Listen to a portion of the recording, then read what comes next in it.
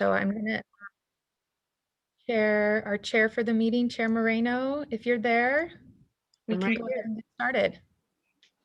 Wonderful. Good morning to everybody and welcome to the June 16th, 2021 Regional Plan Working Group Forum. I'm excited to chair this joint meeting of several SANDAG working groups to discuss the 2021 Regional Plan. Now, as a reminder to working group members, please change your name in Zoom to include the name of your working group you are representing. If you did not update your name before joining the meeting today, please follow the instructions on your screen. SANDAG staff will be promoting all working group members to panelist status and will be monitoring for quorum for each working group throughout the meeting. Simultaneously, interpretation in Spanish is available during the Zoom. Before we get started, I would like to ask our interpreter, Carlos, to introduce himself and also to walk us through how to access our interpretation services for today's meeting. Carlos? Thank you. Good morning. As has just been stated, we do have interpretation available. I will now make the announcement for our Spanish speakers. Muy buenos días. Se va a contar con servicio de interpretación simultánea para esta reunión. Para hacer uso del mismo, por favor desplácese a la parte inferior de la pantalla de Zoom donde aparecen sus controles. Haga clic en el icono de interpretación, parece un globito terráqueo, y seleccione Spanish o español. Si está utilizando la aplicación móvil de Zoom en celular, tableta, etc., presione primero los puntos suspensivos, luego interpretación y luego el idioma. Por último, si no desea escuchar el audio original en inglés en el fondo, por favor seleccione Mute Original Audio o silenciar audio original. Thank you and gracias. Thank you so much, Carlos. And I forgot to introduce myself. I'm Vivian Moreno. I am a council member for the city of San Diego, and I'm also chair of the Equity Working Group. And so just for today, our agenda includes a presentation from SANDAG staff on the draft 2021 regional plan that was released for public comment on May 28th. The presentation will be followed by a discussion among working group members, and then we're going to allow the public to comment. For working group members, when you'd like to speak, please click on the raise hand icon in the Zoom control panel. Remember, you have control of your video and mute, so please turn on your camera when you'd like to speak. If your camera is on, I will call on you. If it's off, I will not call on you. And also don't forget that raised hand is button as well, icon, sorry. For members of the public, we will have an opportunity for you to comment on the regional plan item and also provide non-agenda public comment towards the end of the meeting today. I'll review the public comment procedures when we get to that point in the meeting. Does anybody have any questions before we continue? Okay, I don't see anybody's camera on. Oh wait, I do see a few people's cameras on. Or is it your intention to speak? I have Rick Hunefel. Okay, Barry, would you like to speak? On non-public? Okay, Arun Prem Goyo Ortiz, would you like to speak? No? Okay, just remember you guys, cameras on, that tells me you want to speak. Okay, so now I'm going to turn it over to Colleen Clemenson to do some working group introductions before beginning the main item for today. The main item for today, remember, is the presentation of the draft 2021 regional plan. Take it away, Colleen. Thank you, Councilmember Moreno and Chair Moreno. The SANDAG team is very pleased to be here today for a second workshop with the working groups. And it's been almost 2 years since we brought all these working groups together. And at that point in time, we were just starting the process to develop the regional plan. And now we're here to present that regional plan to you and get your feedback on it. There are more than 11 groups that are joining us today. They're listed up here on the slide. We have the Regional Planning Technical Working Group that's made up of the planning directors of the 19 jurisdictions. We have the Energy Working Group, which is made up of individuals from various parts of energy sectors, as well as our local jurisdictions working on climate issues. There's the Environmental Mitigation Program Working Group, which works really hard to make sure that we're preserving some of the most sensitive habitats in the San Diego region. And and many others. So we're thrilled to have everyone here today, and we're very much looking forward to the input that you provide to us on what we see as a transformational plan for the San Diego region, things that will help forward the agendas of all the working groups. And I can't leave out the social equity working group, which has been with the Sandag team every step of the way, putting the equity lens on the work that we are doing. So with that, I am going to, we're going to do our first Mentimeter activity, and I'm going to turn it over to our fantastic intern. And so are you there, Nikki, and ready to help provide the instructions? Yes, I am. Thanks, Colleen. So for our survey today, we're going to be using menti.com to administer the survey. And there are two ways to access Menti. The first option is to open a web browser on your phone or on your computer, whichever is more convenient. And if you're opening up a web browser, just go to menti.com, which is on the screen right now, and type in this code 22117911, and that will take you to, once you type in the code and click submit, that will take you to the first question. And the other way to access this survey is to open up the camera on your smartphone and scan the QR code. So just hold it up to the screen, and you will be able to scan the QR code, and a web link should pop up at the top of your phone, and you can just click that link and it will take you directly to the first question, and no code is needed in order to get to the survey. And we will be asking two questions. So once you answer the first question, please keep your browser open. And then after you answer the first question, and we'll be able to see the live results on the screen as those answers come in. And I want to remind everyone that we are welcoming both working group members and members of the public to participate in this survey. So you can follow these instructions on the screen.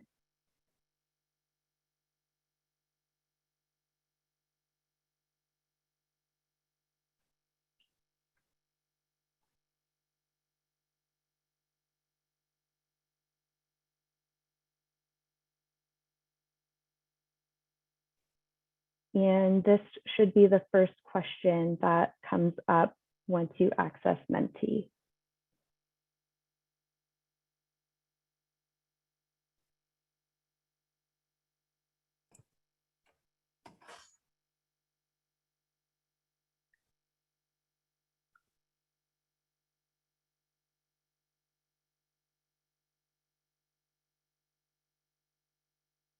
This is great. We're seeing representation from essentially all Sandag working groups who were invited. So this is just terrific, which will really help us have a nice cross section in our discussion and input today.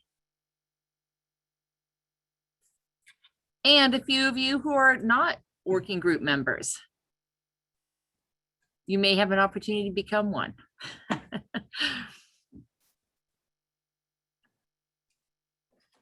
Wonderful. Nikki, you'll let me know when you close the survey. Yeah, we can move to the next question whenever we feel like we should go on. I want to make sure that people have enough time to answer.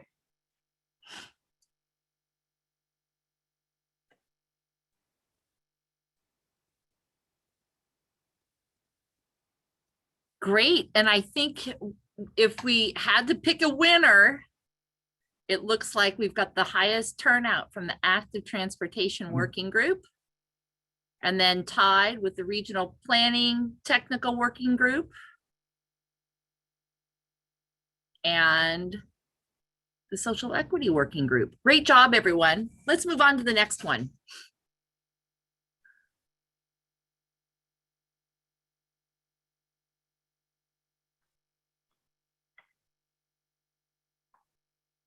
Okay, so who is in the room? Are you an academic, an individual, from a regional agency? Are you with a private sector, other governmental agency, a local jurisdiction? I like the graphics on this one.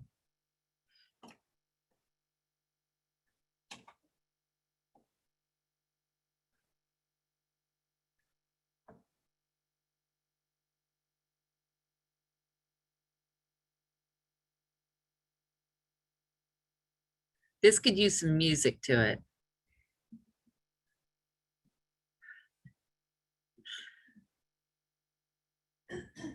All right, lots of local jurisdictions, lots of nonprofit organizations. We have some academics, wonderful. Few of you from the private sector, other regional agencies, other government agencies. Great. Again, we have representation from all of the different groups that we called out here. So looks like a few more of you are still identifying yourself. So great. Thank you for your participation.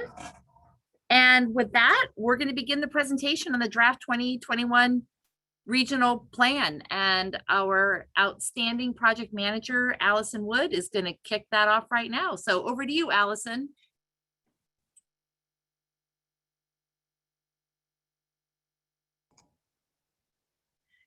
Great. Thank you, Colleen. So we've reserved a lot of time for your discussion and questions today, and we have members from our planning team available to help answer your questions as well. So we're really looking forward to the discussion. The regional plan is a long-term blueprint for how the San Diego region will grow and how we will get around. And it addresses many important issues, including land use, transportation, the environment, public health, energy, equity, and our border. And this is why our working groups and your diverse perspectives are so important to developing this plan. We've been working on this plan for more than 2 years, and many of you have been a part of this process the whole time. Our SANDAG board put us on a path to develop a bold new vision for the region back in February of 2019. And after extensive community engagement, data analysis, and planning, looks like this slide is not cooperating. There it is. Okay. We presented that vision to the board and the community last August. And now we've turned that vision into the draft 2021 regional plan. And that details how we bring the vision to life. So we have a number of challenges to address in our region. This slide is a graphic from the draft plan that summarizes some of these challenges based on what we've heard from our community and what our data has revealed to us. We have greenhouse gas emissions, lack of access to transit, unsafe conditions for people that are walking, congestion, and impacts of climate change. These issues are not new, and they're reflected in the 3 biggest challenges that we need to overcome as a region. And those are reflected in the triangle on the slide here. We must adopt a regional plan that addresses congestion, improves social equity, and meets our state and federal environmental mandates. Now, there are a variety of state and federal laws related to the environment and environmental justice, including Senate Bill 375 and our Clean Air Act requirements. We have Title VI requirements and a newer requirement from SB 743 to evaluate VMT impacts from transportation projects. Now we're planning out to the year 2050, and just imagine how much is going to change in 30 years. By 2050, we'll have 400,000 more people calling our region home, and this will require more housing and lead to more job growth in the region.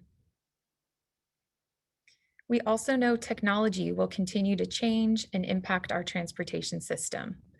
3 key areas for technology trends include mobility as a service, vehicle technologies like electric, connected, and autonomous vehicles, and smart city transportation systems.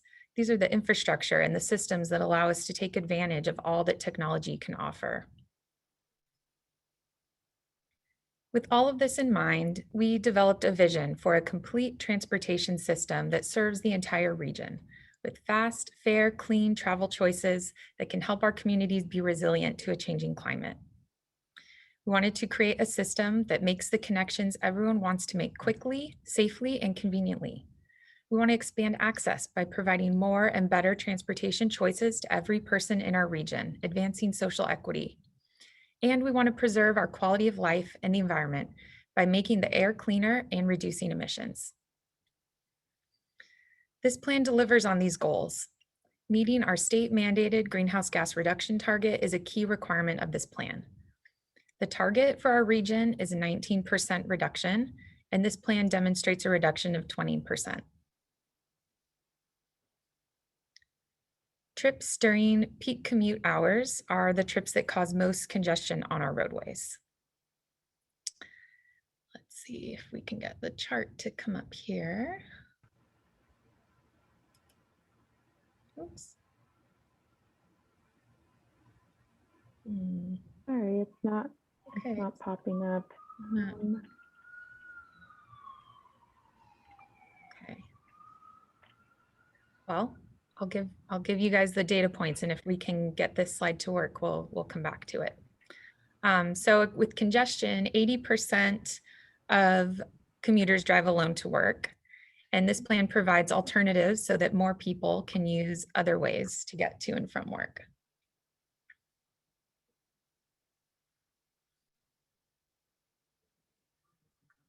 Let's see.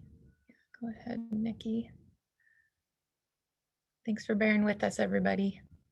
Sorry, That's okay. it's working earlier.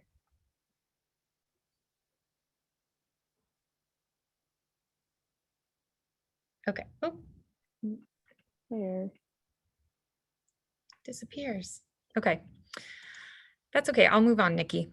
So our modeling shows that with this plan by 2035, driving alone to work would decrease to 67% and transit use would increase to 11%.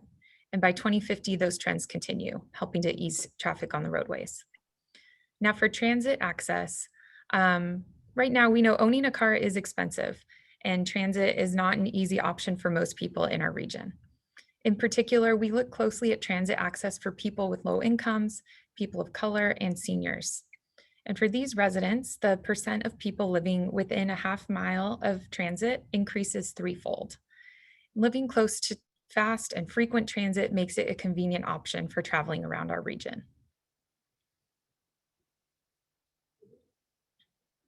Now, what does this reimagined transportation system look like? The regional plan brings the 5 big moves together to create a complete transportation system. We start with the mobility hubs. These are the areas where most people live and work today, and where we will see more people and jobs in the future. In these areas, it's easy to get around without a car. Local buses serve these areas with more frequent service. And the complete corridors provide a fully connected system of managed lanes, which are similar to what we have on Interstate 15 today. These lanes would have options for people to use transit, rideshare, or pay a fee to use them when driving alone. Next generation rapid buses would make use of those managed lanes as a fast, convenient transit option for many communities. Next, we have our light rail system. This includes the trolley and the sprinter. We envision more frequent trains and longer hours of service. Finally, the commuter rail system. Imagine fast trains traveling below ground in tunnels or above ground so they can provide quick connections to jobs and popular destinations. I'm sure many of you have experienced transportation systems like this in other parts of the world. This would be truly amazing for our region. Now let's get into a little bit more detail on these components of the plan. First, here are the complete corridors. As I mentioned, we have a fully connected managed lane system on our highways, using existing infrastructure as much as possible, including shoulder conversions and general purpose lane conversions where we can. This network also includes the necessary connectors for the system. On the rural corridors, we have technology and operational improvements focused on safety, including curve straightening, shoulder widening, and intersection improvements. For transit leap, we have a variety of transit services that fit the needs of our diverse communities. The rapid system operates in the managed lane facilities and other roadways with transit priority treatments. These can also be built more quickly. We plan for over 20 new rapid lines by 2035. The pink on this map are light rail. We improved the trolley and sprinter system with more frequent service and longer spans of service. And the purple lines on this map are commuter rail. By 2035, the plan includes improvements on our low sand corridor and an initial segment of the new rail line connecting National City through City Heights, Kearney Mesa, and Sereno Valley. The mobility hubs are the areas in pink on this map. And we've added the green colors here to help convey the importance of flexible fleets in connecting people across the region to transit. The darker green represents a 10-minute connection to transit. You'll see the light green area covers the whole region, meaning there are flexible fleets everywhere. Services like ride hailing and van pool operate across the region and can provide convenient on-demand services. And finally, we have the next operating system, or the next OS, the brain of the transportation system. It's sometimes difficult to fully explain how this part of the plan works, but here are some examples for how SANDAG will partner with all of you to help prepare plans and deploy services that bring the next OS to life in our region. Everything from ITS, managing EV chargers, and a digital equity strategy. Now, this plan also includes infrastructure and programs to support active transportation. We have the regional bike network included in the plan. In addition to that, we include investments in complete street makeovers within our mobility hubs, as well as your local bike projects. We also have 2 new programs in this plan. One is focused on Vision Zero, with resources and grants for local jurisdictions. The other is an e-bike incentive program. Many of the improvements to the transportation network also support movement of goods, optimizing roadways for freight movement, increasing rail capacity, and improvements to our ports of entry. And the next OS will also support last mile delivery, truck routing, and border wait time applications. Now, the regional plan is also more than transportation. The plan includes policies and programs to focus growth and development in the mobility hub areas, aligning with our transportation investments. Other programs in the plan include an affordable housing program, climate resilient grants, and a nature-based climate solutions program that would fund green infrastructure and preservation of natural and working lands. Looks like there we go. In the future, all of our vehicles will be electric or zero emission, but getting there requires a lot of work and partnerships. We've included programs to incentivize charging, vehicle purchases, and support transition for buses and other fleets to zero emission vehicles. To complement the transportation system, we envision strategies that encourage residents to consider options to driving alone to work. These include some of the iCommute programs that many of you are familiar with, as well as some new programs to encourage sustainable transportation options. We also want to be clear about the value pricing and user fees included in the plan. These strategies help to provide a sustainable funding source and support other goals of the regional plan, relieving congestion, improving equity, and reducing greenhouse gas emissions. The strategies include dynamic tolling on our managed lanes, transit fare subsidies to make transit more affordable, ride-hailing fees, parking and curb management pricing that many of you already implement, and a road usage charge. A key implementation action for this plan is to prepare a pricing strategy to work out all of the details for how these would be applied in our region and refine our high-level regional plan assumptions. Now, the pricing strategies are just one funding source included in this plan. We anticipate a mix of local, state, and federal sources. We also must consider when funding becomes available between now and 2050. And as we prepare the cost estimates, we include costs related to capital, operation of the system, local streets and roads, programs, and debt service. In total, the cost estimate is $163 billion over the life of the plan. So if you haven't already, I encourage you to visit sd4.com to review the plan in detail. It's available in both Spanish and English. We posted the Spanish version of the plan recently last week. And there are 3 chapters of this plan. The first outlines the vision and goals and how the plan addresses some of our region's most pressing challenges. Chapter 2 is all about the sustainable community strategy. It details the projects, programs, and policies that will help us meet our goals. And finally, Chapter 3 discusses how we will fund and deliver projects in the plan. If you want to dive into all of the data and details, there are thousands of pages of appendices covering everything listed on this slide, from project phasing to active transportation to goods movement planning. Now I'm going to invite Andrea Villiard to turn on her camera. There she is. And she's going to describe how we're seeking public input on the plan. Thanks, Allison. So Sandag is seeking public comments on the draft plan from May 28th through August 6th. There are many ways to submit a comment, including through an online comment form, which is available in English and Spanish, as well as through email, voicemail, fax, or by mail. Throughout the month of June, we are hosting virtual open houses, each with a presentation focusing on different subregions across the county. In July, we will host 2 virtual public hearings with our Board of Directors and Transportation Committee. These virtual events are an additional opportunity for the community to learn about the key elements of the draft plan and provide verbal comments. We've attached flyers on these open houses to your agenda today and would love for you to help spread the word to your communities. We held our first open house yesterday with a presentation unpacking proposed improvements in the North County coastal area, and we were really pleased with the turnout, and we were honored to have Chair Blake Spear join us at that event. The regional plan puts in place a framework for our region. Sandag is already refining these concepts at a corridor level through comprehensive multimodal corridor plans. These are data-driven plans to reduce traffic congestion and generate transportation choices along several corridors throughout the region. We invite you to join us for these upcoming workshops to learn more, ask questions, and provide input. You can also visit sandag.org/CMCP to learn more.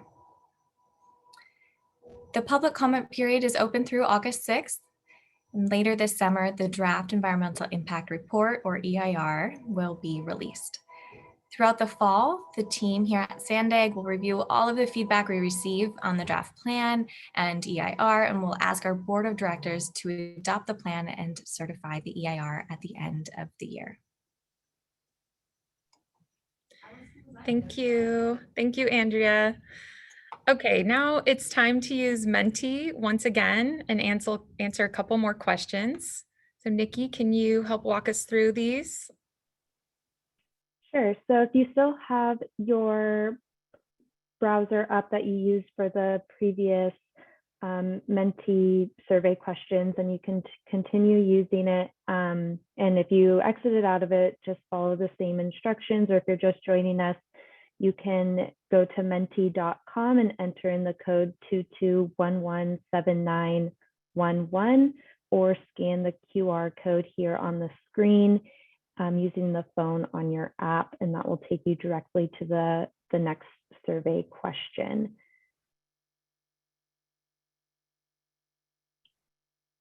So let me pull up the surveys.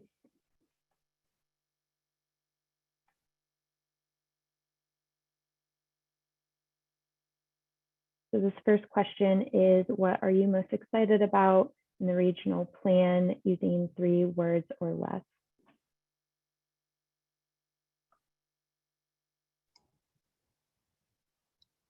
This is great.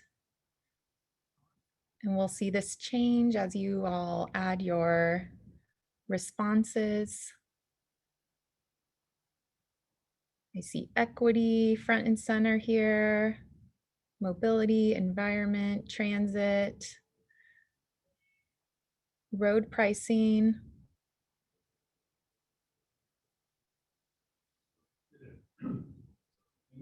This is great. We'll give it just a few more minutes for folks to add their responses here.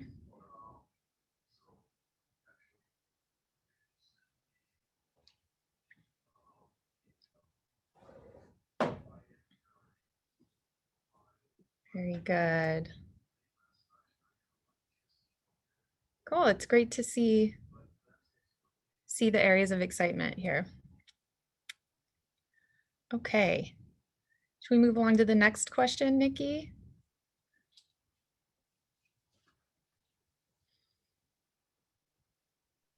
Yeah, let me this over. So the next question is, what part of the regional plan are you most hesitant or need more information about? Again, using 3 words or less.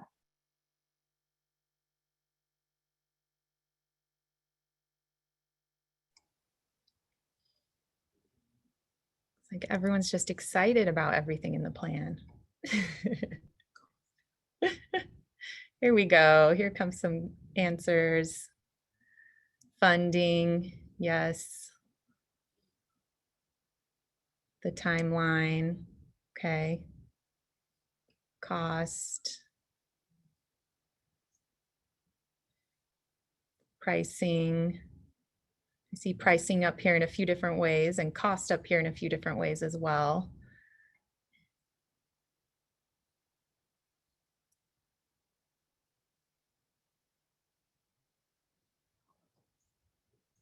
All right. I saw the EIR pop up there. That'll be coming out here later this summer. Okay.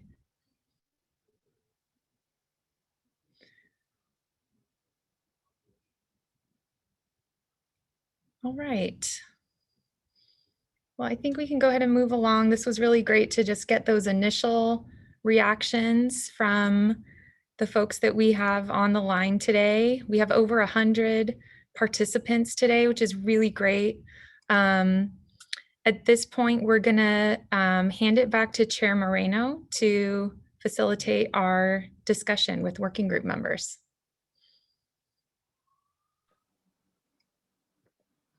Thank you. And thank you to Colleen and Sandag staff for the presentation. So we are now going to officially open the floor for questions and comments. We're going to start with working group members. As a reminder, if you want to make a comment, please turn on your camera and raise your hand, and I will call on you. Let's see.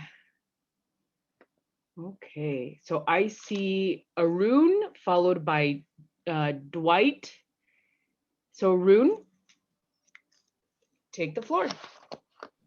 Thank you, Chair Moreno.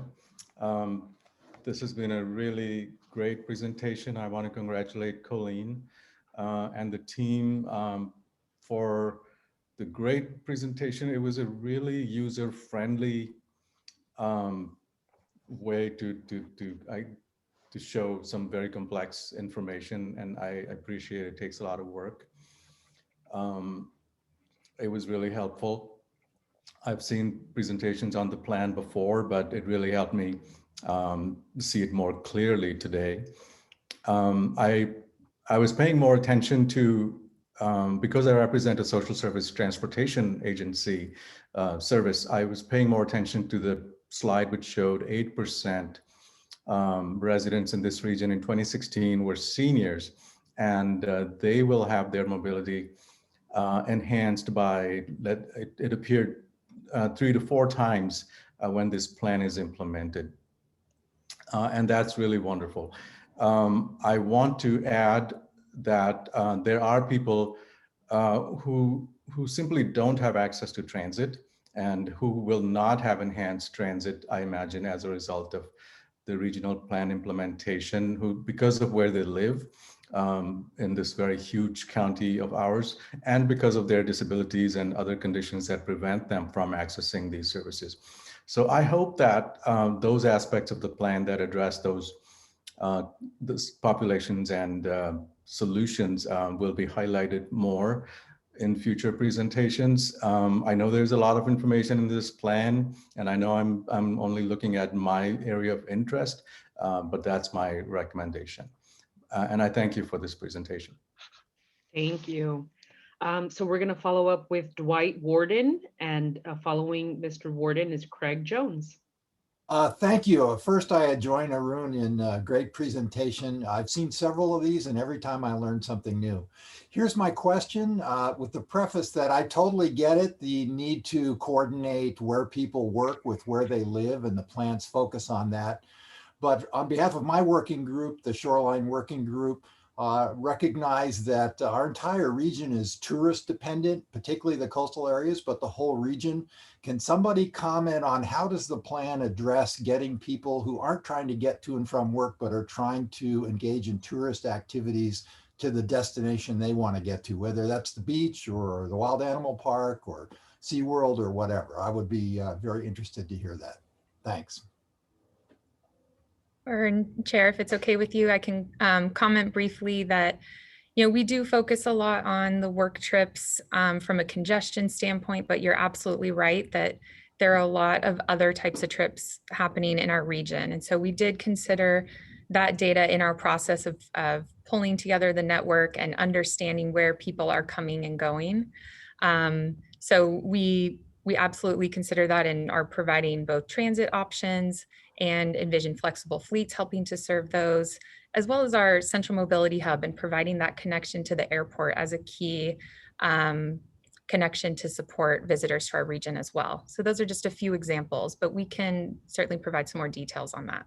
Is there a particular section in the plan or appendices where we might look to see this? We do have an appendix focused on tourism. And I wonder if Nikki, if you could go back to that slide with the appendices listed, we can get the exact letter for you so you can reference that. Let's see. Okay. I don't want to take the time, but maybe you could post that in the chat and then we could move on to other speakers. Yeah, Appendix P here. All right, thank you for that. Sure. Does that conclude your comments, Mr. Warden? Yes, thank you very much. Wonderful. And I would encourage our panelists, this is your moment to ask questions, to raise your hand, to make comments. So I thank you for the people who already have. We have Mr. Craig Jones followed by Mr. David DeVries. Mr. Jones, take it away. Thank you, Chair, and I appreciate this forum today. I just want to observe and kind of talk about one of the elephants in the room. The plan in its totality, it's massive, and understanding it completely is a challenge.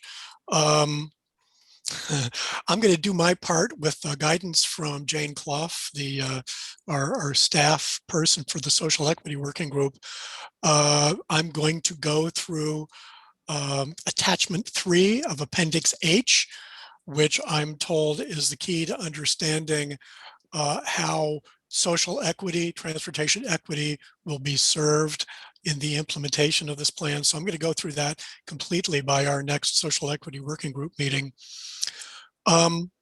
It strikes me that there is a convergence of interests from the representation of the different working groups, from social equity to environment to energy and to the public agency representation. There's a convergence of interests in seeing that this plan is a success and it's successfully implemented because we can save the environment, we can provide equity and transportation access, and we can reduce greenhouse gases, hopefully well in excess of the 20%, by really aggressively implementing this plan.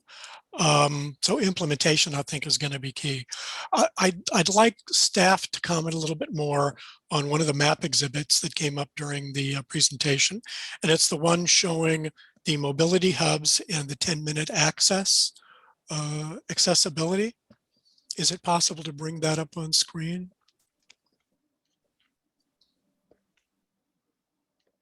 Yeah. Nikki, can you go back to that slide for us? So which slide was it? Mobility hubs. Yes, with the pink mobility hubs and the blue or green 10-minute access. Fairly early in the. Okay. And while this is coming up, I'm hoping that the implementation of the plan can well exceed. I know there was discussion or presentation on what percent or proportion of average daily trips through the implementation of this plan can be provided by other than private automobile. I'm hoping that it's well in excess of the 11 to 13% that was shown, because we really need to stop dependence on the private automobile and its greenhouse gas emissions. And hopefully this, the one map exhibit. Yeah, let's move on to several more. I'm sorry to take up this much time. It's not this map exhibit. It's the one, I don't know what its title is, but it shows the mobility hubs in pink and the accessibility in blue or bluish green. That's it. That's the one. To me, this is extremely dramatic. If you really look at the extent of the darker bluish green color here, the promise is that from every point within that bluish green, that there will be no more than 10 minutes accessibility to a point of getting into the rapid transit system that's proposed to be built. That would be dramatic. To me, what this means is that within an hour or less, from any point within this bluish green to any other point within this bluish green, within about an hour, you can get from point A to point B. So I really hope that we aim at implementing this and making it aggressively so. And now from staff, am I understanding this map correctly? Yes, yeah, that's correct, Craig. Now we assume this is a 10-minute drive shed. So it could be a micro transit, flexible fleet option, could be a variety of options. And obviously if you're closer in to the mobility hub network, it could be much less than 10 minutes to get to transit. Yeah. And to me, finally, this really underscores the importance of flexible fleets as one of the implementation components at the local level, and speaking on in terms of social equity and representing the needs of underserved populations in the North County that I represent. Those underserved populations desperately need accessibility, and flexible fleets will provide that accessibility not only in their own neighborhoods and communities, but to be able to get into the larger regional system.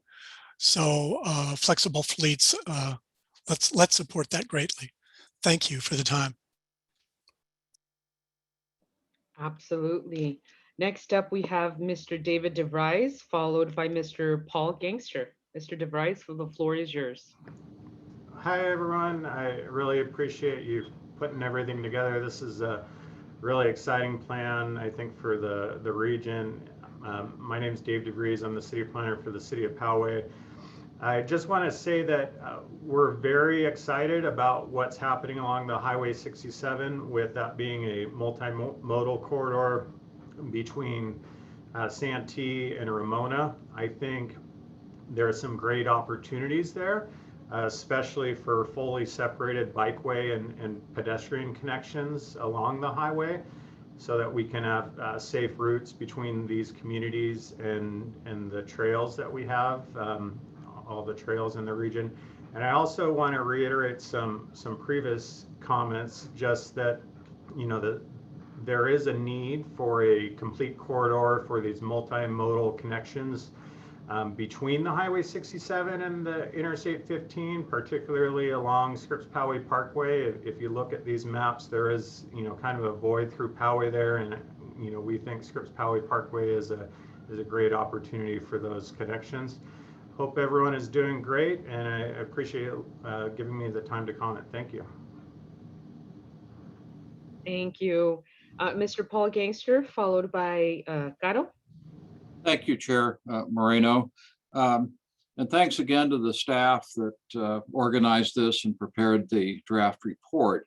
I chair the COBRO committee, and my main interest in this is the perspective on the border interaction. Although the draft has improved a little bit in terms of incorporating border realities, it still suffers a bit of what we sometimes call the white map syndrome.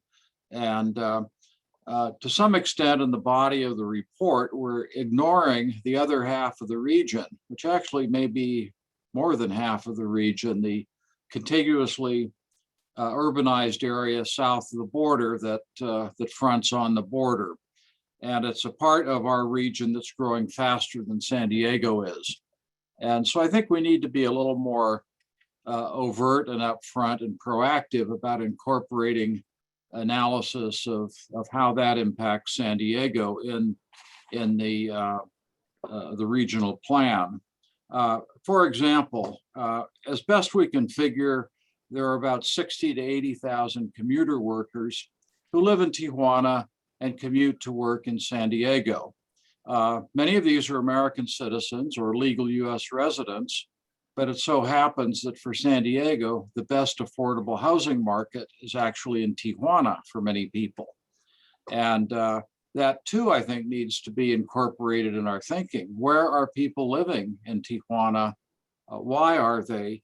And many of these people, commuters, are essential workers. They perform essential services in our community.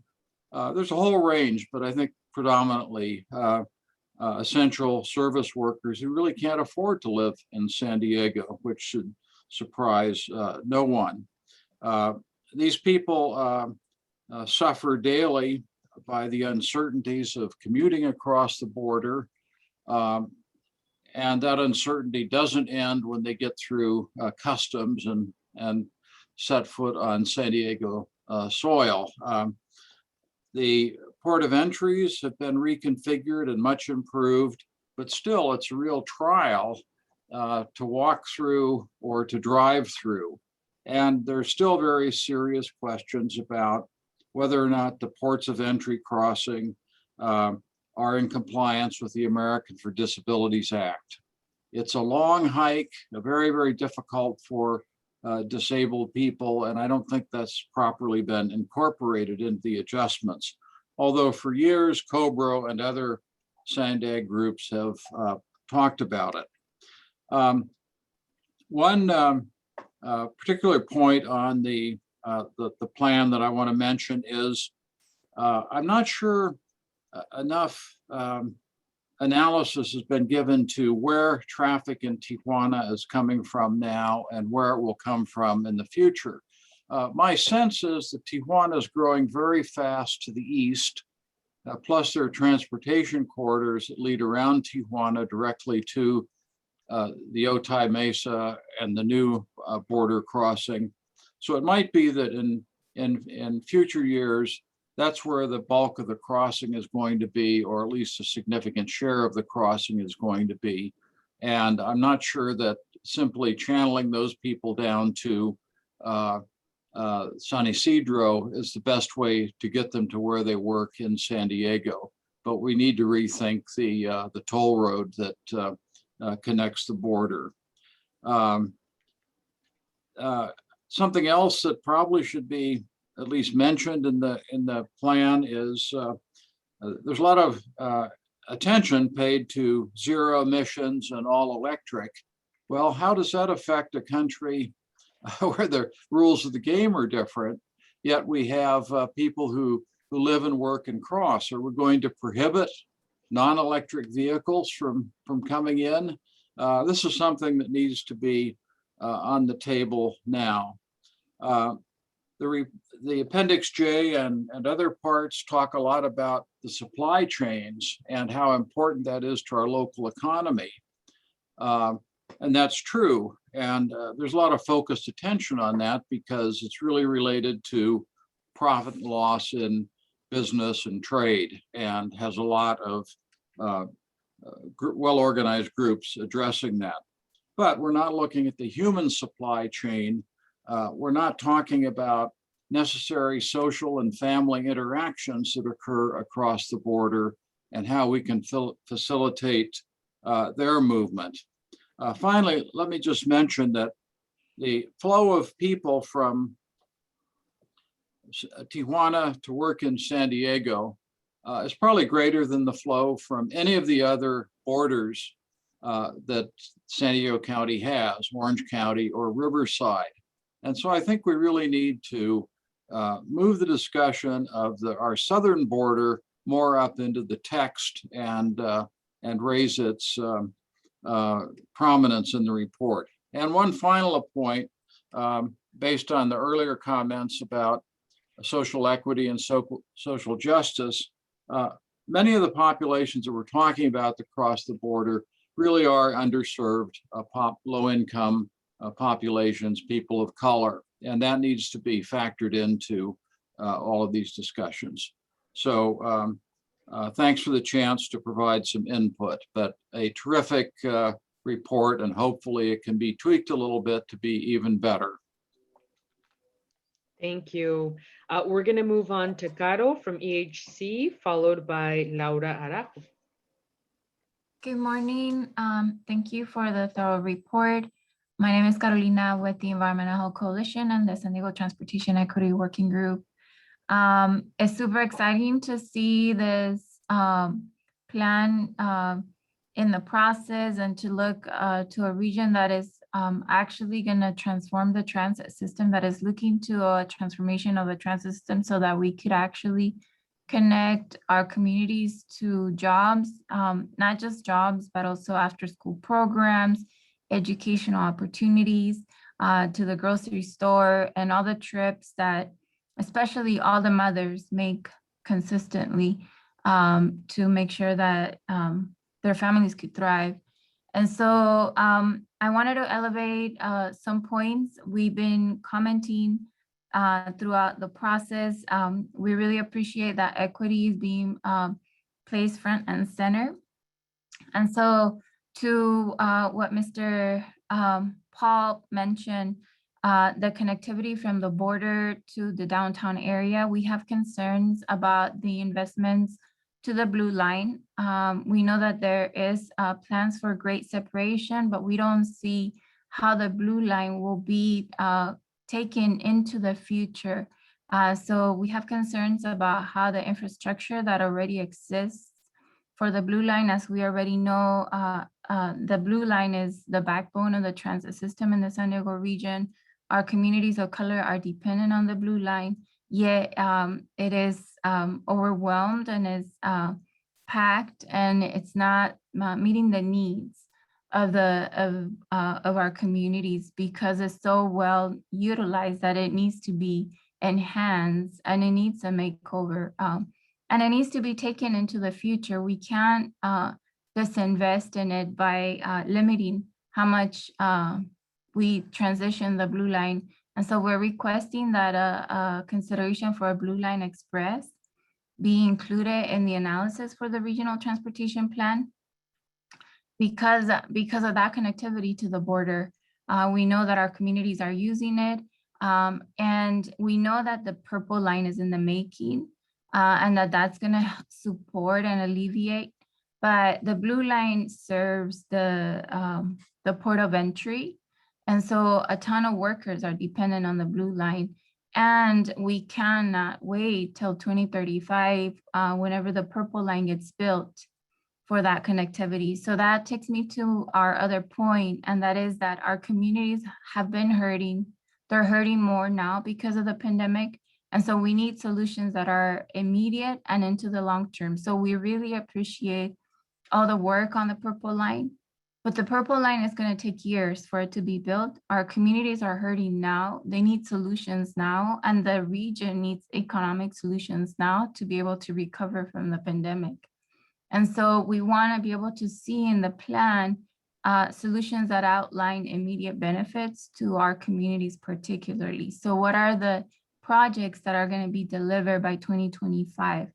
And some of the low-hanging fruit that we think would be really valuable would be to increase frequency.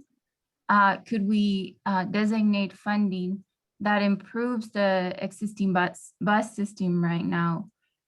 Buses provide a huge opportunity for very low cost to ensure connectivity because you don't have to break concrete, you don't have to build a lot of new infrastructure. So it would be the buses provide a tremendous opportunity and relief so that our communities could connect, but right now they're not frequent nor 24 hours.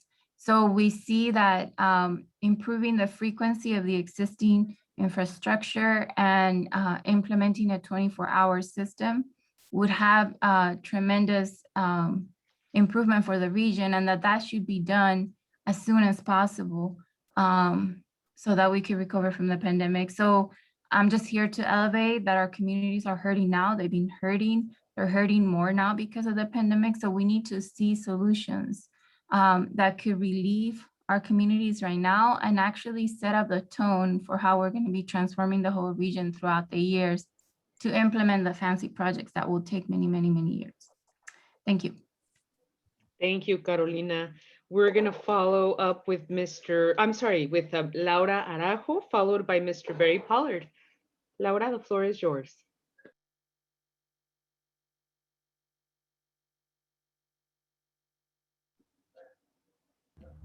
Sorry about that. I was trying to get my mute disconnected.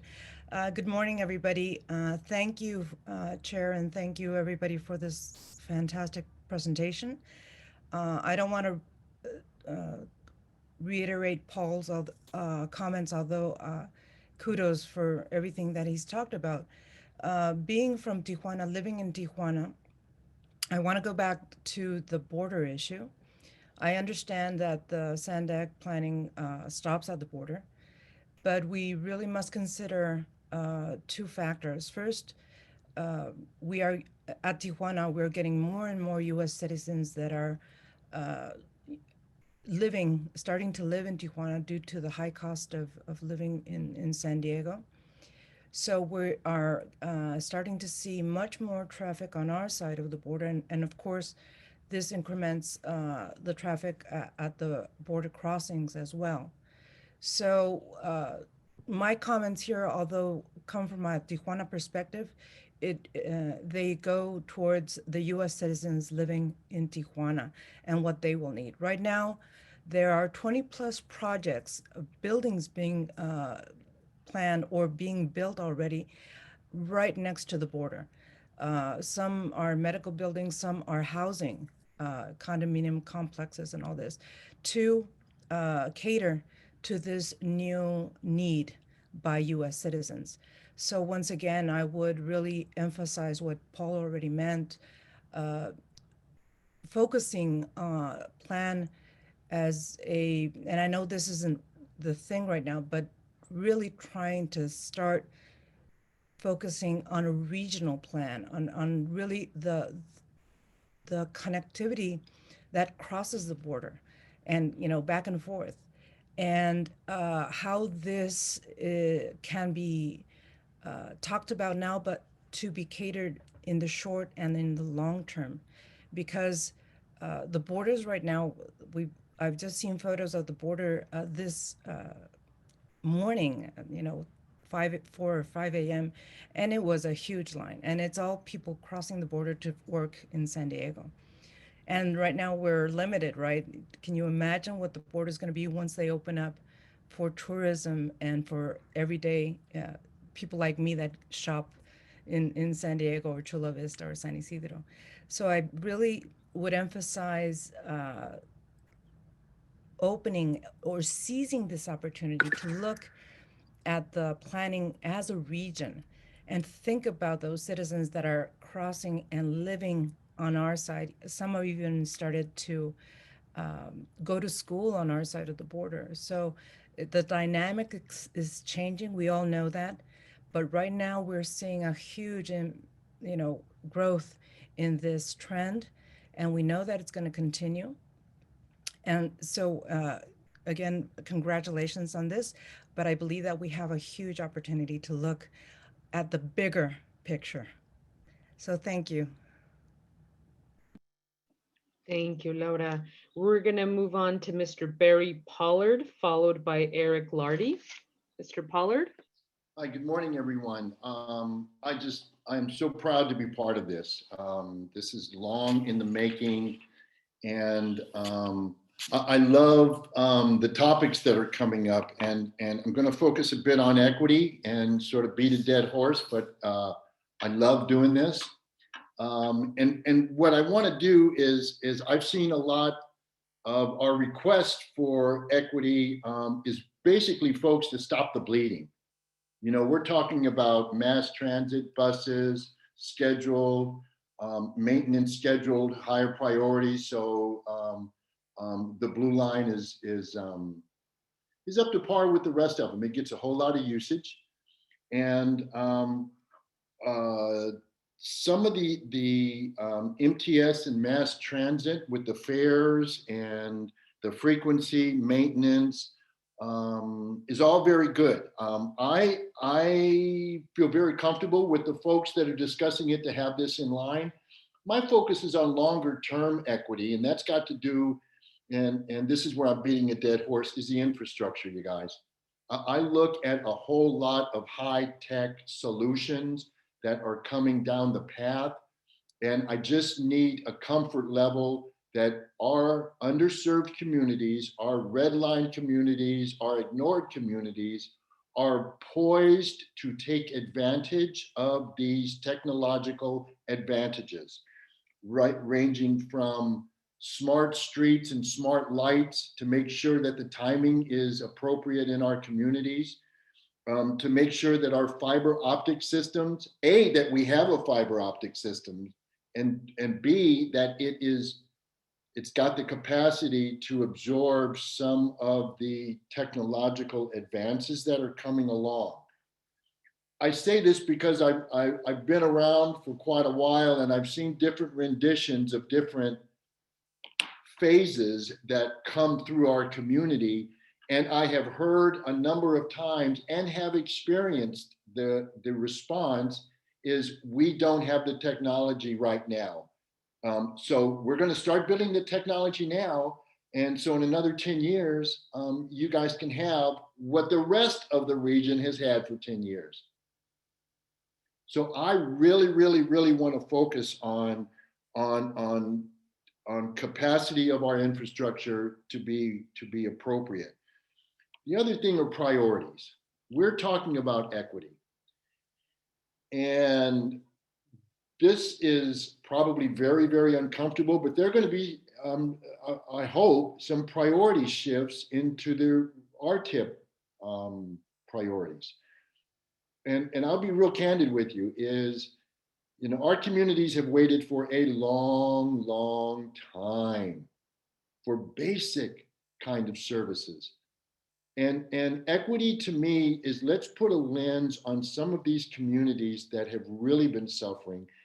Some's going to be heavy lift and some are not going to be heavy lifts. You know, I don't think it's a big issue that when the electric buses come out, for instance, that we make it a high priority that these electric buses are in our communities, since we suffer probably more so than the folks up in Encinitas or in Del Mar. And I'm not name calling, I like those communities and I go up there. So I know, I see from my own eyes that it focusing on areas in Barrio Logan, focusing on the border issue in San Isidro and Southeast San Diego. So I want to just, from a broader perspective, try to keep everybody focused on the implementation of the equity efforts, and not let it get watered down, not let it get behind some of these other priorities. And let's all face it, and then I'll shut up. And then let's face it, this is a political process. And the board is split on some of these things. And so in order to really, really make this equity push effective, you know, we've got to deal with some of the tough questions. We've got to deal with the questions that people don't want to ask, and priorities are going to be a big one. And that, to me, is where the rubber is going to meet the road. I love what's going on. I love the conversation. I love the people's passion and involvement, but I'm a bit paranoid that this is going to get hijacked, and it will be more, not so much of a better, what's better for the region and for San Diego, but maybe it's protecting their own skins. So I just want everybody to be aware of that. I'm sure we are. I'm sure it's an uncomfortable conversation. I'm sure it's, why is he bringing this up? Well, because it needs to be brought up. And that's my story, folks, and I'm sticking with it. And thank you very much for staff. You guys are killing it. Thank you very, very much. Okay, I'm going to turn off my video now and mute myself. Ms. Moreno, so you won't, okay? Is that good? Call on you. Yep. Thank you. No, we appreciate your input. So we are going to move on to Mr. Eric Lardy, followed by Goyo Ortiz. Good morning, everybody, and thank you, council member and Sandag staff for hosting this workshop. I have a couple of questions that I'd be interested in Sandag either responding to at or after this meeting, but I do want to ask them in the meeting. The first one, and several of them are on land use, and I'm a member of the regional technical working group. But could we get data that shows by mobility hub, what's the future housing jobs and population growth? The Appendix F shows a nice breakdown by jurisdiction, but it'd be interesting to see how that breaks out by mobility hubs. And then I do want to know what's the timing of the draft EIR. I heard that it'll be released sometime this summer. Are the comments going to be merged together and responded to separately from this public review as well as the draft EIR public review? And then as part of that, is the land use section going to evaluate each jurisdiction's general plans and where it is and is not consistent? For my jurisdiction, City of Carlsbad, it appears to be consistent with our general plan, but it'd be helpful to understand that information. And then the last one, and probably is future conversations, but there's a lot of information in one of the appendices on ABM2, the Sustainability Community Strategy, sorry, ABM2 Plus. But just to put it on the notice that there's a lot of public and private projects that are waiting for ABM2 Plus, and I'll be relying upon that. And so it'll be important to understand what are those assumptions and the pros and cons and how that could impact future public and private projects that will rely on that. All right. Thank you, Eric. And I can respond to a couple of those questions, and I think we'll have to follow up with you on some of the others. But first of all, on the data side, I'll have to look into providing the Mobility Hub specific data. We do have, like you mentioned, we do have jurisdiction level data in Appendix F. And we've also provided some data on kind of groupings of mobility hubs, but I understand you're probably looking for a little more granularity than that. So we can follow up on that data request. In terms of what is evaluated in the EIR, I'm going to have to follow up with you on that to make sure you can hear from our EIR team specifically. The comment periods, right now we are doing the comments on the regional plan. The EIR will be released likely in the August timeframe, and will have its own public comment period. We will continue to monitor those comments so that, you know, understandably, sometimes people comment on the EIR, but it's more of a planned comment. So we'll be coordinating on those and bringing all of the responses to comments either in the plan or the EIR. So we'll have a comprehensive response to all the comments that we receive. And then ABM, we typically make the modeling tools available once the plan is adopted. So I know this is challenging schedule-wise, but we are looking at, you know, having the ABM Plus available once the plan is adopted toward the end of the year. Great, thank you. And follow up. The reason we're very interested in the Mobility Hub is our largest Mobility Hub has an airport in it. And so it does not appear that there's housing assumed in there, which would be appropriate for consistency with that airport, but we'd like to see the data for that. Got it. Okay, yeah, let's follow up on that. Wonderful, thank you. Mr. Goyo Ortiz, you are the last panelist speaker. Oh, good. Good morning. Thank you, Chair, and thank you, Sandag staff, for this excellent presentation. My name is Goyo Ortiz. I am the Community Development Choreographer here at Casa Familiar. And I just wanted to echo some of the comments made earlier by Dr. Gangster, Carolina, and Ms. Araujo about the San Isidro and Tijuana border. And just to reiterate some of the concerns that our community has in regards to not only air quality, but transportation options. I understand that the border is being considered as a mobility hub, but some of the things that we also have concerns about is the level of density that is concentrated along the border. Is not just another location, but I think it should be considered as one of the bigger areas of concern in regards to air quality as well. So other transportation options that can address some immediate issues would be greatly appreciated. And thank you for your time. Thank you, Mr. Ortiz. I spoke too soon. We have Randy Torres Van Vleck, followed by Claire Grobner. Go ahead, Randy. Thank you, Chair Moreno, and thank you to our fellow working group members and staff. Congrats to the staff on the release of this draft regional plan. This is a big milestone for our region. As someone who grew up in southwestern Chula Vista and has been working with leaders in our South of the 8 communities for the past 10 years, especially excited for the Purple Line. It's going to be commuter rail that connects our South Bay communities to Sorrento Valley. We're really excited for that, and especially the connection to City Heights. I work at City Heights CDC, and we're excited for that. I also just wanted to uplift the comments from Carolina from Environmental Health Coalition about the importance of the Blue Line, especially in the near term. The Blue Line is by far the most popular transit line in the region. Serves close to 60,000 folks a day. That's the size of some cities in our region, and I think it's important to look at additional enhancements for that, including express and 24-hour service. We'd love to get more info on the potential for those improvements. Phasing of the project is of these regional projects is something that's important to us in Mid-City. We've been a part of a lot of different projects like the Centerline Bus Rapid Transit Lanes, the park on top of the freeway and on the SR-15. Those took decades, close to 35 years. It took about 10 plus years for the Orange Avenue Bike, 8 plus years for the Broadway bike lanes in Chula Vista I was a part of. So we see that the Purple Line is planned for 2035, and we're excited about that, but we like to learn more about the phasing so we can make sure it's built on time.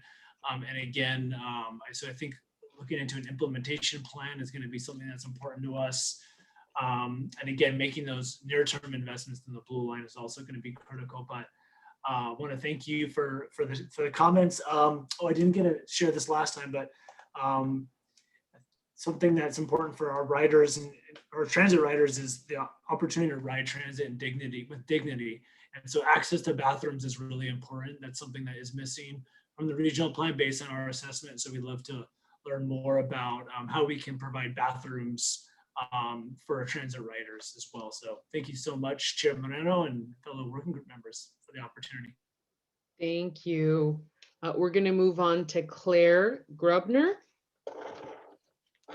Good morning, everyone. I just want to make a quick comment, really echoing what has been stated by some of our working group members. Again, thank you so much thank you and congratulations to Sandag staff for the incredible work on this. A couple comments.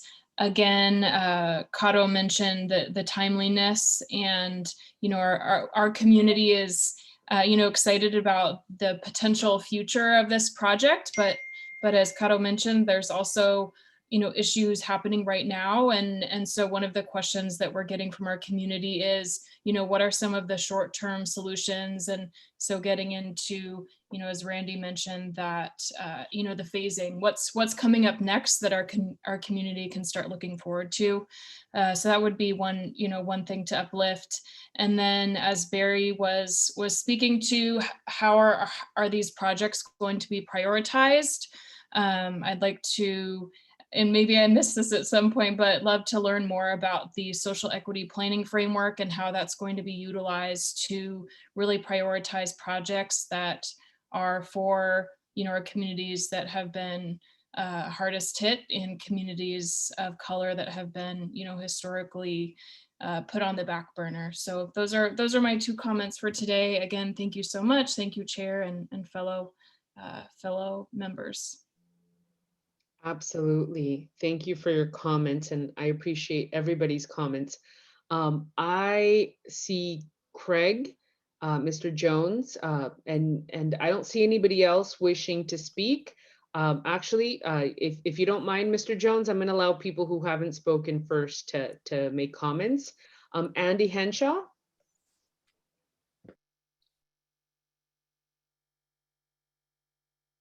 Thank you, Chair Moreno, and Andy Hanshaw, a member of the Active Transportation Working Group, and with the Bike Coalition. I'm very honored and pleased to be part of this process, and appreciate all the vision and leadership that Sandag has put forward in this plan to make real changes in the way we move about in our future, and with concerns for our climate. A couple of things I just wanted to emphasize and thank for is the completion of the regional bike network, and the progress we're making there is really game changing and exciting. We're seeing it with urban bikeways that are going to get people from safely in protected bikeways that connect and protect. And so things like 4th and 5th coming online soon, and Rose Creek Bikeway, more of that happening as a part of this plan is super important. And I'm happy to see the progress on that.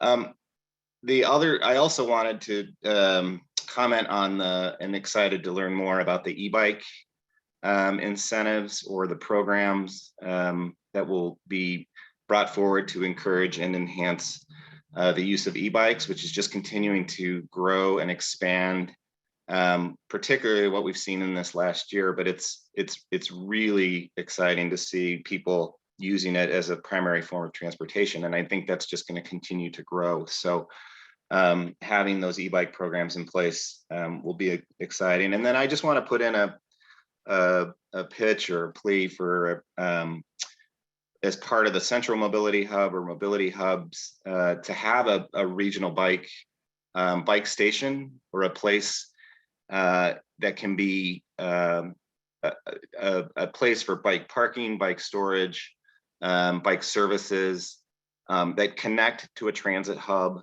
that give people the option to use multimodal transportation and to combine bicycling with their transit, or have a safe, secure space to go by their employment center to store their bikes. Bike parking is something that we should be including in this plan, and this is one concept which I think would be completely unique to our region, and there's some really good examples across the country on that. So a world-class bike network should have a world-class bike station. So thank you, everyone, for this time, and really excited about this plan.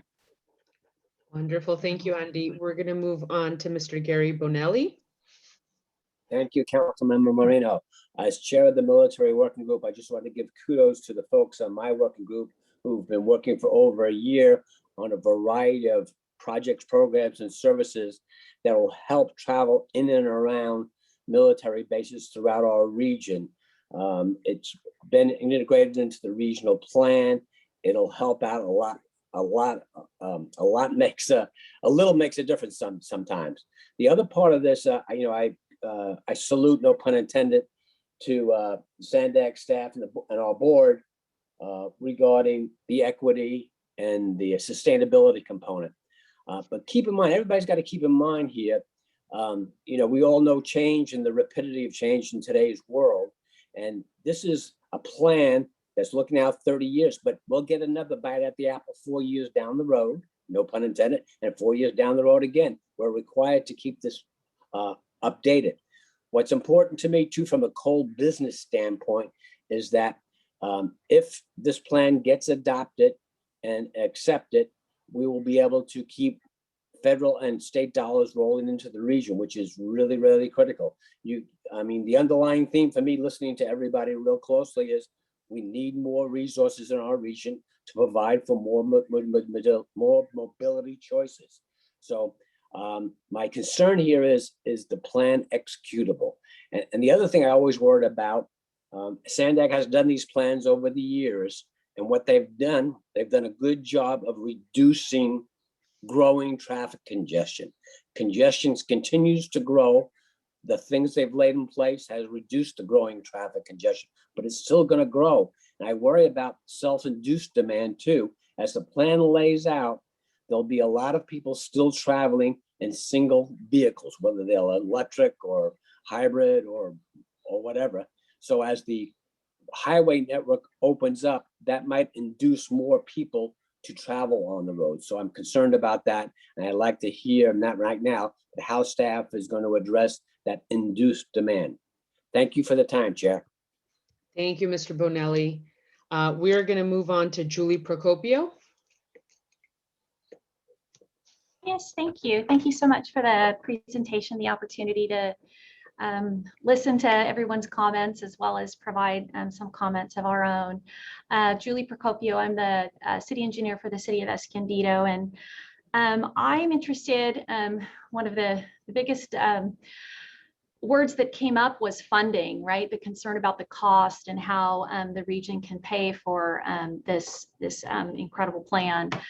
What portion of the plan is paid for with existing revenue sources, and then what relies on some new revenue measure would be my first question. And my second question is if SANDAG plans to do any kind of formal analysis of the benefits of each of the projects or components of the plan to look at how those projects and their benefits compare to the cost of those projects.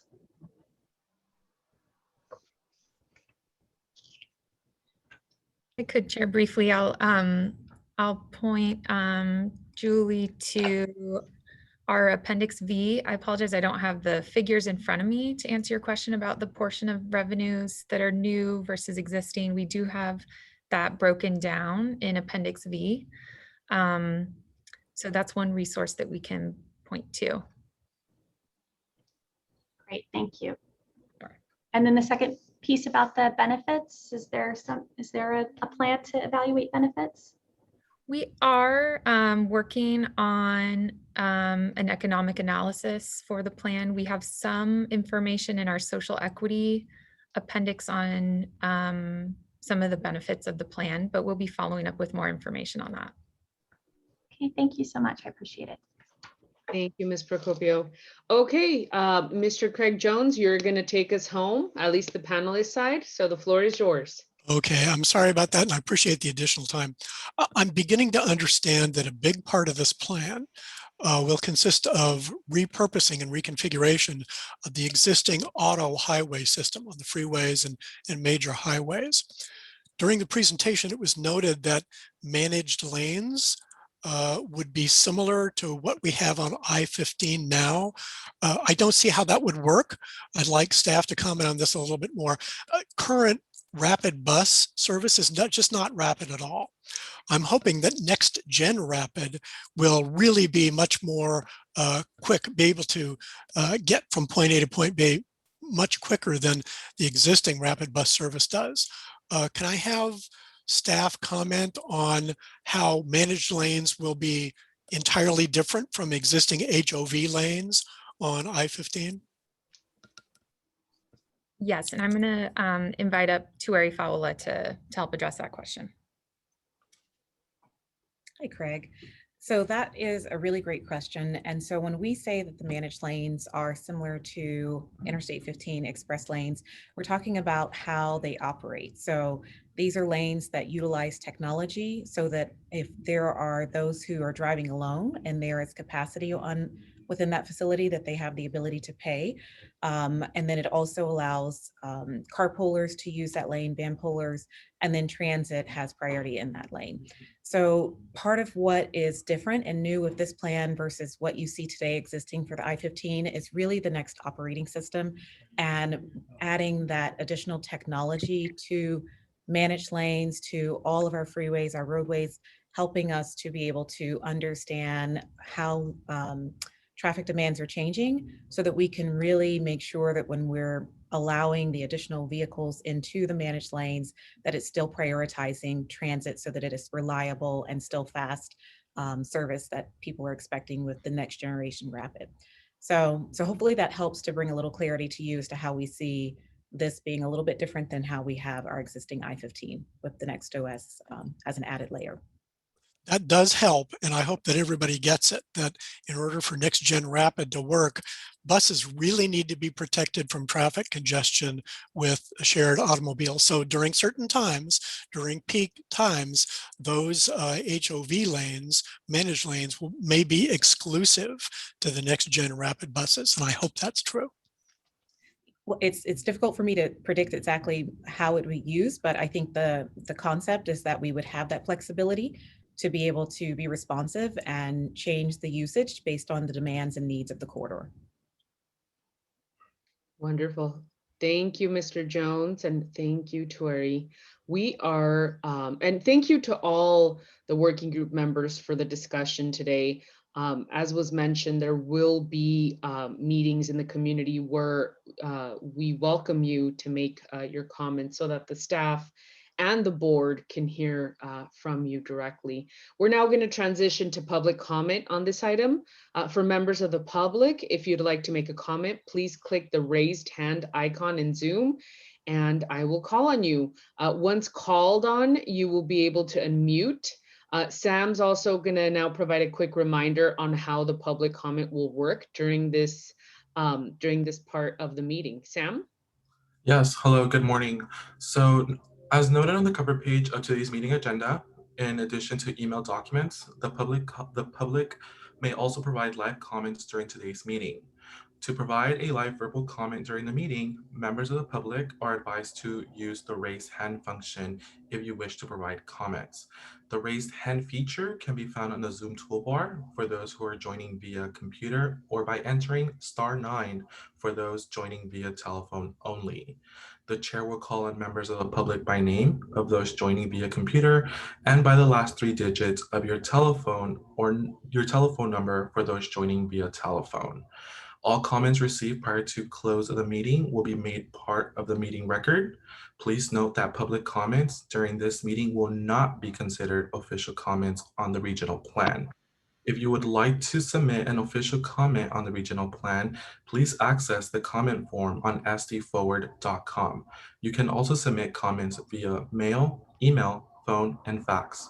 The instructions providing live comments are also on the bottom of the cover page of today's meeting agenda, which can be accessed from the homepage of SANDAG's website at www.sandag.org. Thank you. And Sam, I see one person with their hand raised. Is it Mr. Mike Bullock is the person that I see with their hand raised? Do you see anybody else? Yes, that is correct. I only see one person. Okay, wonderful. Well, Mr. Bullock, if you would like to unmute yourself, we can go ahead and call on you.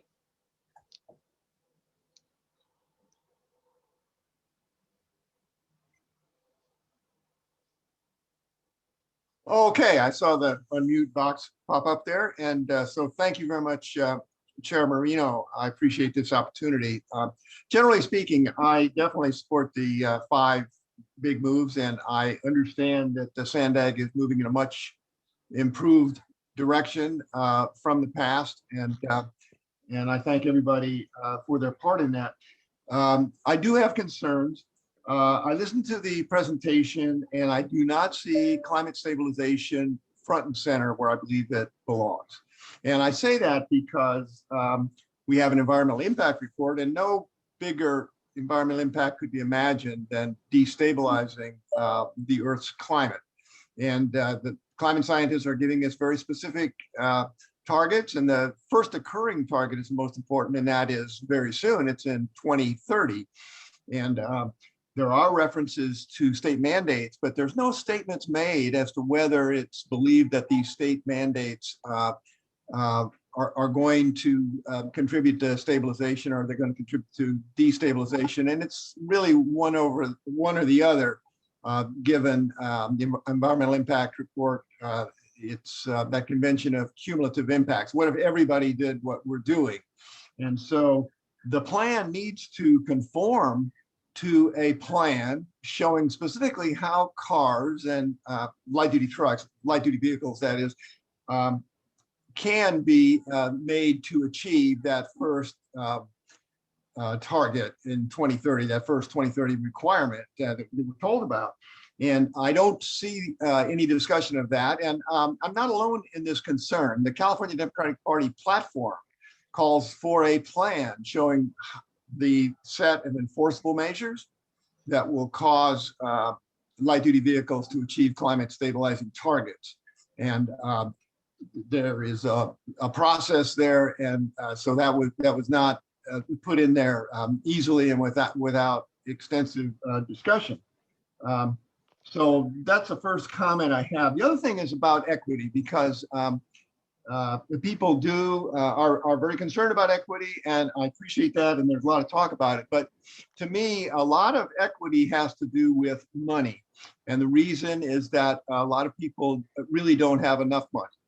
And I always say I'm a systems engineer, and I worked for Lockheed for 36 years. And I say that. What I don't say is that in high school and college, my family lived in a mobile home park, a trailer park in Texas.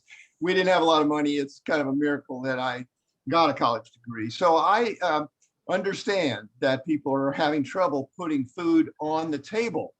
And so pricing can make this much better. And so I don't hear the equity community, the EJ community talk enough about a road use charge and what's needed. And let me go back to the California Democratic Party platform. It does say in there that we need a single system. Now there's 3 component parts, obviously, but that single system to automate how we pay for the use of transit and roads, road use charge, and parking.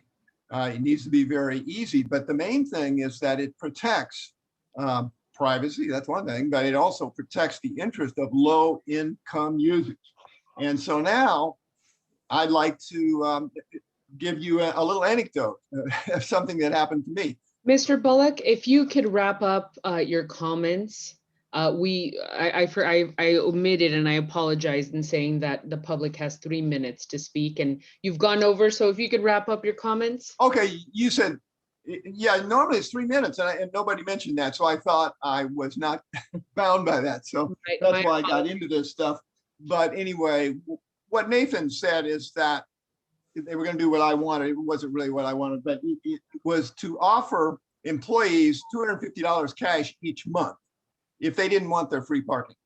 And I said, how can you do that? And he said, well, easy, because we can raise $350 to $450 per month. But the tragedy is, and the absurdity is, that for years, people that work for the county are given free parking, but people that don't use that free parking are giving nothing. And yet that parking is very, very valuable, and they could use the money. So I don't understand why people don't empathize with that. That lawsuit goes back 9 years, and that was the key request of the plaintiffs to fix that problem, and nothing's been done. And so I just point that out. And youth passes on bus, absolutely, but it should be free for a lot of people that ride the bus, not just youth, and that should be automated. And we need to push in that direction. Technology can help us a great deal when it comes to equity. So thank you very much. Thank you, Mr. Bullock. We appreciate your comments. We did have another speaker, Ms. B. Miller. If you would like to unmute yourself, the floor is yours. Good morning. I'm B. Mittermiller with San Diego 350. Thank you for allowing me to speak as a member of the public.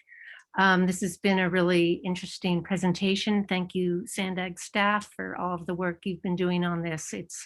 It's an amazing document that you've put out, amazing and very long. And that leads me to make my following comments. I would really like to see SANDAG put out a clear timeline on projects and the priorities, how they are prioritized. I'd also like to emphasize that in terms of prioritization, that it's the environmental justice communities that need to be prioritized. They are stuck in a position where they don't have choices. Higher income people and those people who live in cleaner air, they are doing just fine. When we prioritize environmental justice communities, everybody benefits. And they, as Carolina was saying, they need to see results now, and they also need to see when these things will happen so that they can feel better about their future. I also want to talk about pilot programs. Anything that can be done now that can test out some of these projects and see how well they are received and what sort of results they get from communities, I think would be really helpful for everybody to have a chance to test out these ideas and see if they'll be accepted by the public and how quickly they'll be accepted. And youth opportunity passes, that will get a lot of people out of their cars using transit and will give young people access to their jobs, their schools, and all the other services. And so thank you for allowing me to comment. No, thank you. And thank you to everyone for providing your comments and feedback. This concludes public comment on this item.